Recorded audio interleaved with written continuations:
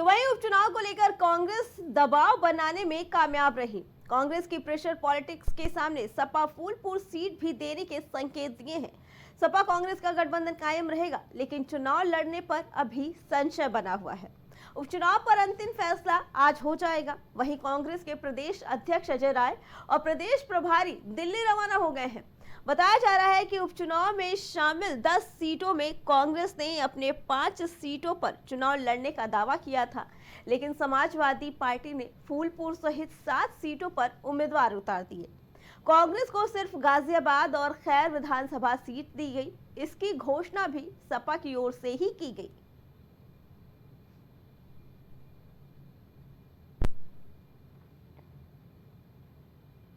संभल के सारंगपुर गांव में बुखार से लगातार हो रही मौतों के बीच 2 और महिलाओं की जान चली गई। बुखार से अब तक 10 दिन में 7 मौतें हो चुकी हैं। स्वास्थ्य विभाग ने शिविर लगाकर लोगों की जांच कर रही है, जिसमें 3 डेंगू आशंकित मिले हैं।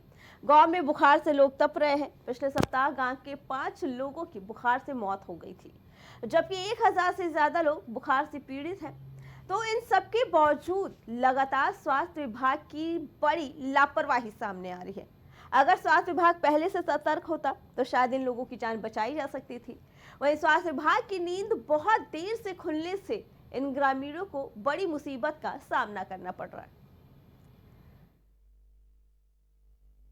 समस्या सब शहरी गांव में पानी की वजह से वायरस फैल रहा है। लोग वह कह रहे हैं, पर हमारा कहना तो ये है कि सब जगह की अफवाह चल रही है। कोई कह रहा है देवी पे प्रॉब्लम है, कोई कह रहा है 5G नेट चल रहा है टावर पे, उसकी वजह से प्रॉब्लम है गांव में, और कोई कह रहा है इस गंदगी की वजह से प्रॉब्लम है।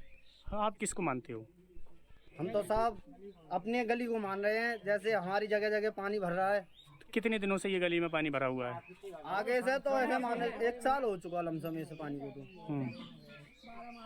और इस गली में तो ऐसे मान के चलो, इसमें तो जब ज्यादा गए हम लोग जब ही आते हैं, और वरना आते ना है।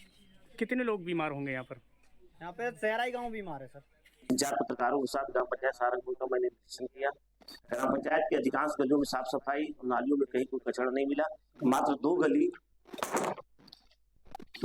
गलियों में जसवीर से नरेश के घर तक और नरेश से जागव के घर तक, ये 2 गलियों में नालियों में कुछ गंदगी मिली, जिसको खड़ा होकर हमने सफाई कराया और तत्काल उसको सफाई करा दिया गया है। कल वो मलबे वहां से हटा दिए जाएंगे। बाकी शेष ग्राम पंचायतों में कहीं कोई गंदगी और सफाई की समस्या नहीं है।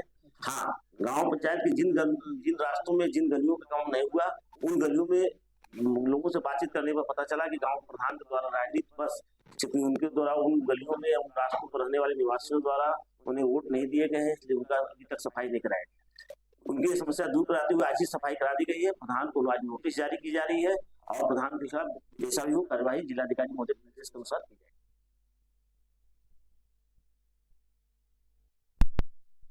के लिए हमारे संवाददाता मुबारक अली हमारे साथ जुड़ चुके हैं।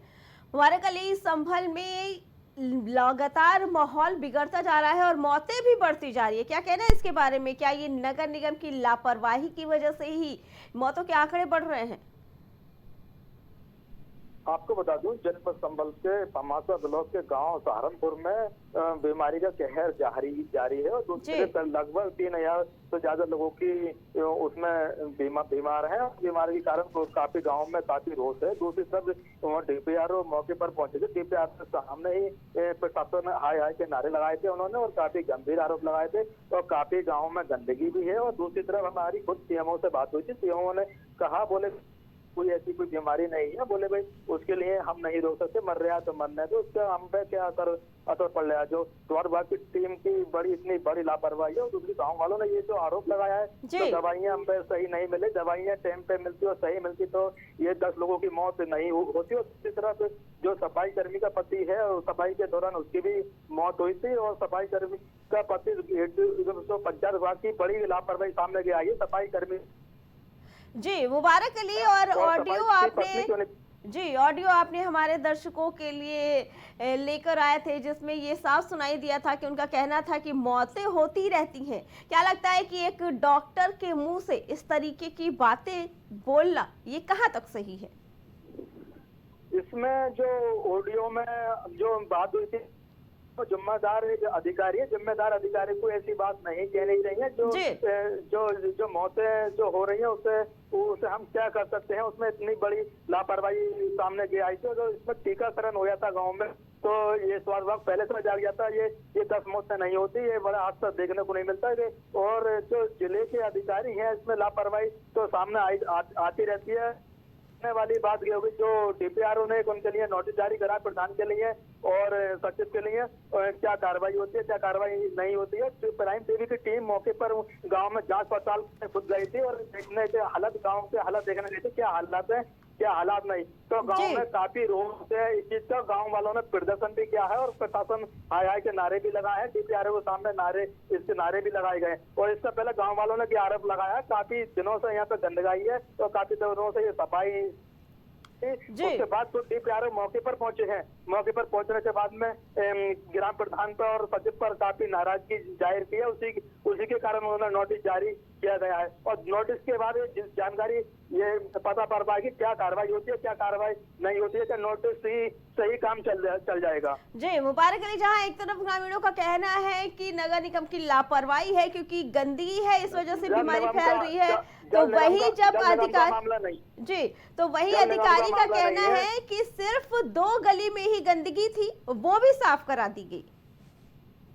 हाँ, जो मौके पर हम खुद टीम हमारी मौके पर मौजूद थी वो गली पे ही हमारे सामने वहाँ पे लग्गा लगाया गया था। दूसरी तरफ ग्रामीणों पर ये भी आरोप है जो ग्राम प्रधान भेदभाव करता है, उन लोगों ने वोट नहीं दिए तो इसके कारण वो गलियां साफ नहीं हो पा रही थी। दूसरी तरफ प्रशासन की इतनी बड़ी लापरवाही कैसे हुई। गाँव में पहले से नहीं गए थे वहाँ पे, क्यों नहीं गए थे, क्या सचिव वहाँ पे तैनात किया गया था, सचिव ने इसका जाकर क्यों नहीं देखा, क्यों इतनी बीमारी से गाँव जूझ रहा है। जी मुबारक अली, आपका बहुत बहुत धन्यवाद।